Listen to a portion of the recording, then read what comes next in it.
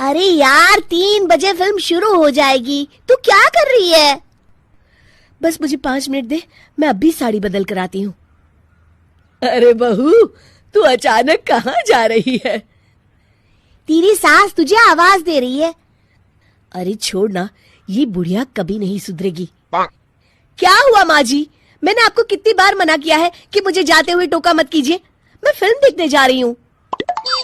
तू अभी चली जाएगी तो मेरे लिए खाना कौन बनाएगा बहू? सुबह से भूखी बैठी हूँ। अरे माँ जी, आप कौन सा घर का काम करती हो जो आपको भूख लगी है? अच्छा, मुझे देर हो रही है, चलना रीटा।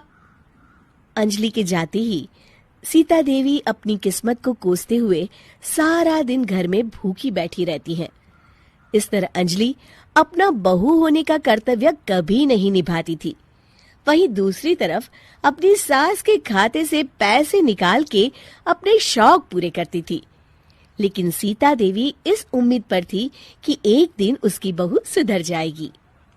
फिर एक दिन सीता देवी की जुड़वा बहन गीता देवी वहां आती है।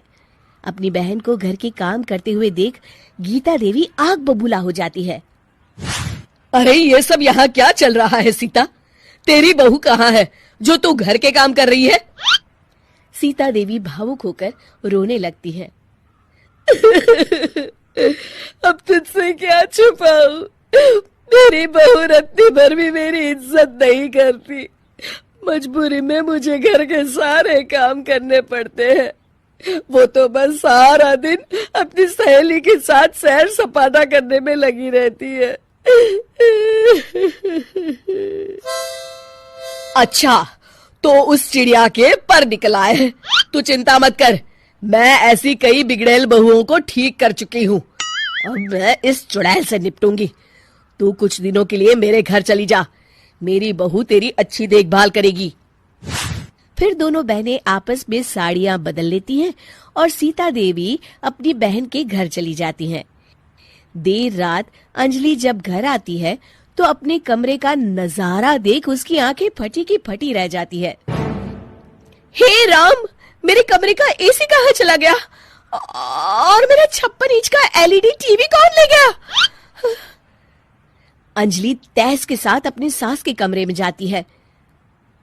तभी वो देखती है कि उसके कमरे का एसी और टीवी उसकी सास के कमरे में लगा है और गीता देवी आराम से एसी की हवा खाते हुए सास बहू सीरियल का मजा ले रही हैं। अच्छा, तो ये सब इस बुढ़िया की कारस्तानी है। अभी इसे बताती हूँ। ये सब क्या है माँ जी? आपकी हिम्मत कैसे हुई मेरे सामान को हाथ लगाने की? क्यों बहू, ये सारा सामान तूने तेरे पिताजी के पैसों से खरीदा है क्या? हैं? लगता है तू भूल गई कि ये सारा सामान मेरे पैसों से आया है, इसलिए मैं अपनी सारी चीजें अपने कमरे में उठा लाई। तुझे कोई एतराज है? चल जा यहाँ से, सीरियल का मजा किरकिरा मत कर। गीता की बातों का कोई जवाब नहीं बनता देख अंजलि अपने दांत पीस कर रह जाती है। अगले दिन रीटा और अंजलि शॉपिंग पे जाने की तैयारी करती हैं। अंजलि जैसे ही अपनी स्कूटी पर बैठती है तभी गीता देवी स्कूटी की चाबी निकाल लेती हैं। अरे, ये स्कूटी कहाँ लिए जा रही है? ये भी मेरी कमाई की है। माँ जी, ये तो आप हद कर रही हैं। मैं बाहर पैदल जाऊंगी क्या? हाँ, पैदल जा। वैसे भी तुझे घूमने का शौक है, मुझे नहीं। देखिए माँ जी, इस तरह मेरी सहेली के सामने मेरी बेइज्जती करके आप ठीक नहीं कर रही हैं। आप मुझे अच्छी तरह जानती हैं, बाद में आपको पछताना पड़ेगा। अच्छा, तो तू नहीं सुधरने वाली। मेरे ही घर में मुझे ही धमकी दे रही है। तेरी याददाश्त के लिए बता दूं कि ये मकान मेरे नाम पर है।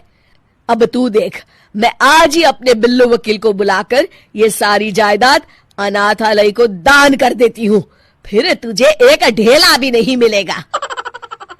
गीता की बातें सुनकर अंजलि के पैरों तले जमीन खिसक जाती है। अरे, अगर तेरी सास ने तुझे अपनी जायदाद से बेदखल कर दिया तब तो तू सड़क पर आ जाएगी। मैं तो कहती हूँ चुपचाप अपनी सास से माफी मांग ले अंजलि। हाँ, तो बिल्कुल सही कहती है, मेरी सास का कोई भरोसा नहीं है। अरे नहीं नहीं माँ जी, ऐसा गजब मत करिए, आज के बाद मैं आपको कोई तकलीफ नहीं दूंगी और घर के सारे काम ना मैं ही कर लूंगी। मैं आपको एक अच्छी बहू बनकर दिखाऊंगी। कुछ दिनों के बाद, ये लीजिए माँ जी, आराम से गाजर का हलवा खाइए। खुशबू तो बहुत अच्छी है।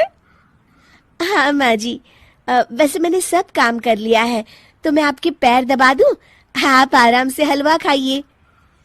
इस तरह गीता देवी अंजलि को सही रास्ते पर ले आती हैं और सीता देवी वापस अपने घर में आकर रहने लगती हैं।